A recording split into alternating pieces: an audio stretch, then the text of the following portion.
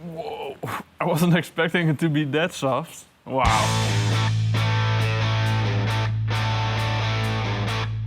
Hey Pitmasters, I hope you guys are ready for this because today we are smoking Wagyu rib fingers.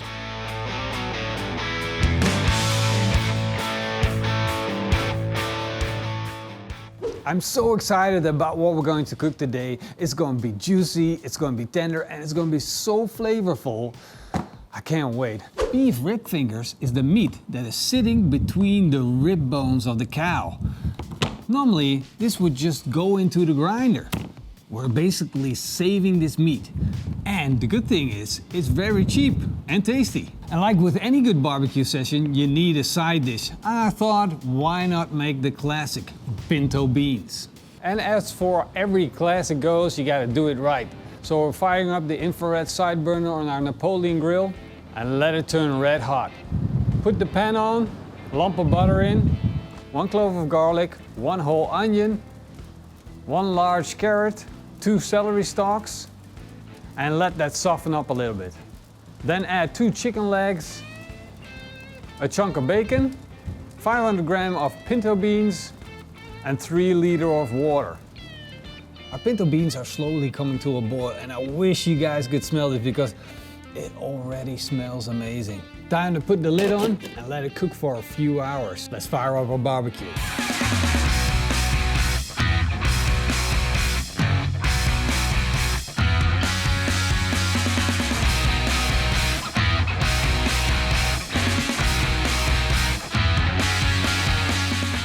Fire is lit and our charcoal is starting up.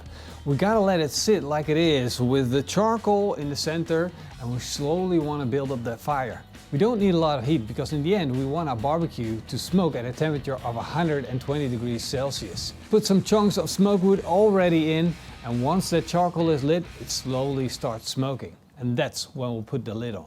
Now back to the beef rib fingers.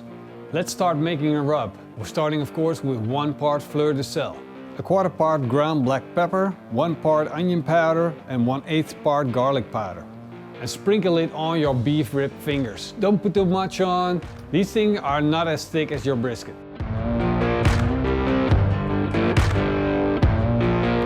Our Napoleon Apollo smoker is slowly getting up to temperature, so we can put our beef rib fingers on. I have my grill grate set at a high position and my fire is all the way down there. With that amount of distance that we have between the fire and the grill grate, we are surely not going to burn our beef rib fingers. So we're gonna put them on, and with plenty of space between them, make sure that each and every one is getting plenty of smoke. These rib fingers might not look pretty, but that's the whole point. They're the outcast of food, so nobody actually wants them. It's the same with brisket and ribs. You never thought of them as pretty, and when you take a picture it never looks really good. But because you eat it and you enjoy it, you make the connection in your brain that, ooh, that rib looks good. The same will happen with this if you give it a try. So let's close the lid and let it smoke.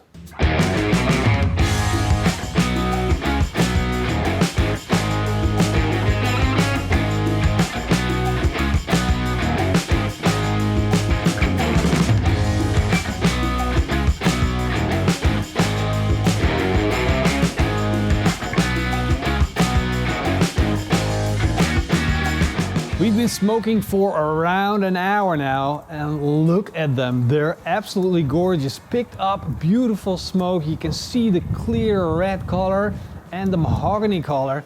That means we got flavor on our beef rib fingers. So these are ready to be wrapped. This time we're going to be wrapping an aluminum foil because I want it to be airtight and I want all the juices captured.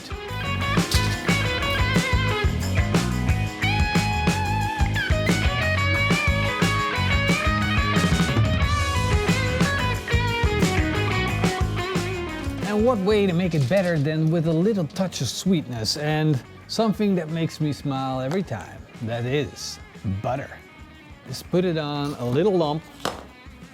And this is something that should be the little secret of a pitmaster. Don't tell anyone about it. Don't use too much so everybody's gonna notice, but just that little bit of sweetness that's gonna be there in the back.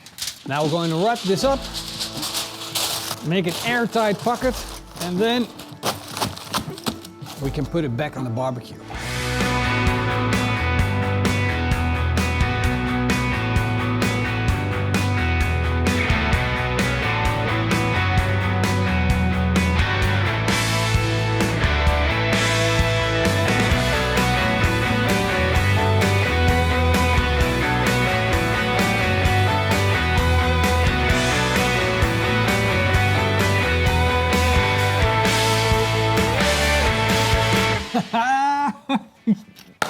Yes! Freaking awesome! Look at how tender they are. It's like no gravity, right? Like, whoop, it just falls through the thermometer. I'm not pressing it, I'm just letting go. It's like, it sinks in there. It's like tender like butter.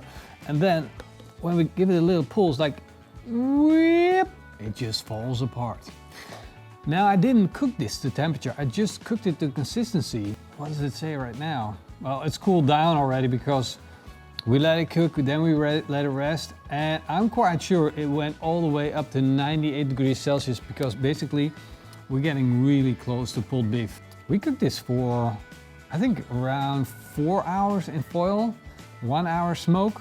Keep a lookout for the consistency. That's much more important than keeping track of time because you might have thicker chunks or smaller chunks and it's gonna cook differently. Well, I'm super excited, but before we're gonna try, we're going to take a look at those pinto beans. Yeah, you already forgot about those, right? Look, here's my pan. And here are the pinto beans. Well, it looks like a soup right now, but I can assure you the pinto beans are underneath. Look at that. Look at the chicken fall apart. You can just shred it apart like that. Beautiful. And you don't want to forget about this. This is a harvest that you get with the pinto beans, and this is such a great way to make pinto beans instead of putting in chicken fond. Just cook it with your own chicken fond. Put the chicken back in, let the bones out, let the skin out, and then just shred it up, put it all up back in there, because you want to have that with the pinto beans. Don't throw that away. And then we have this piece of bacon, and then we're going to cut it up into little bit of pieces. And it also pulls.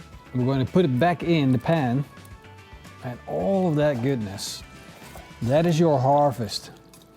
Great pintos. Now all we need to do is season this with a little bit of salt because all we put in for seasoning was that bacon. And just give it a good stir and then we're going to give it a quick try. Spot on. Let's get this in a bowl. Well, tell me this doesn't look good. If somebody just hands you a pan with pinto beans and ripped fingers like this, like, that will be the perfect day, right? So, if I would have a barbecue restaurant, there would be pinto beans on the menu, probably. There would be Ribfingers on the menu because it's like good value for money. But I'm saying all this without having tried it, so let's just dive into it. I had Ribfingers before. It can't be bad. It must be amazing. But it has the structure. It falls apart very easily. Whoa, I wasn't expecting it to be that soft. Wow. It's just perfect. This is really, really tender. Look at that wiggle, man. Look at it. I can't say what I'm thinking about right now. Read my mind. I love it. In beef ribs you have a lot of meat, and if you have the wrong piece of the beef rib, you don't taste the rub. And with this, you always have that bark. It's surrounded by bark. And then we have our side with pinto beans. The pinto beans, it feels like home. It's really nice. It's like, I don't know, it's what you need. It's what makes it a meal. This is 2 meals, Roel. This is 2 meals, not 1. And it's for free, Morrison. You get paid to eat it. Morrison, Yeah. That t-shirt. that t-shirt. How about that t-shirt? Yeah, it's coming. We're talking about it later. Yeah.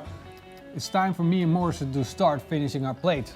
Hope you guys enjoyed this video, and we want to give a big thank you to our patrons and YouTube members. I know I haven't been updating the YouTube members and patrons as much as I should have been, but we're doing it, and we're doing it right now. This one has the edited version. New names, they're all there. Thank you guys, because I appreciate you. Hope to see you guys next time. Until then. Eet smakelijk. And keep on pinto beans and rib fingers. That's right. The combination is perfect though. Pinto beans and like the rib fingers are always, the pork rib fingers were also, get your bowl, man. I'm full. I'm really full. It And was a heavy day. you're just afraid you won't eat tonight and you get blamed. Yeah, that's exactly what's going on. I don't care. They don't care. Nobody's gonna tell you except your mama. Okay, but can I skip the beef rib fingers? You're crazy. Crazy.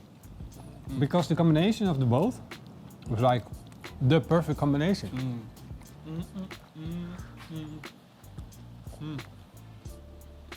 Oh yeah. Yeah. Maybe next time we can let the plate look a little nicer, like build it up like flat out cold salad, or like with a plate and then mush the cold salad like a fine, and then spread it out and then pinto beans in. Are you still hungry? Because you talk about the next time already. Yeah, Oh, man. it's gonna I'm be so good. Full. I'm so full. Did you go to McDonald's again? Yeah. You're fired. This time for real. Oh, that t-shirt. You're avoiding the conversation. No. Go home, go make the t-shirt. Alright. I'm not laughing. I'm serious. I'm going right now. David Dobrik would say dead ass.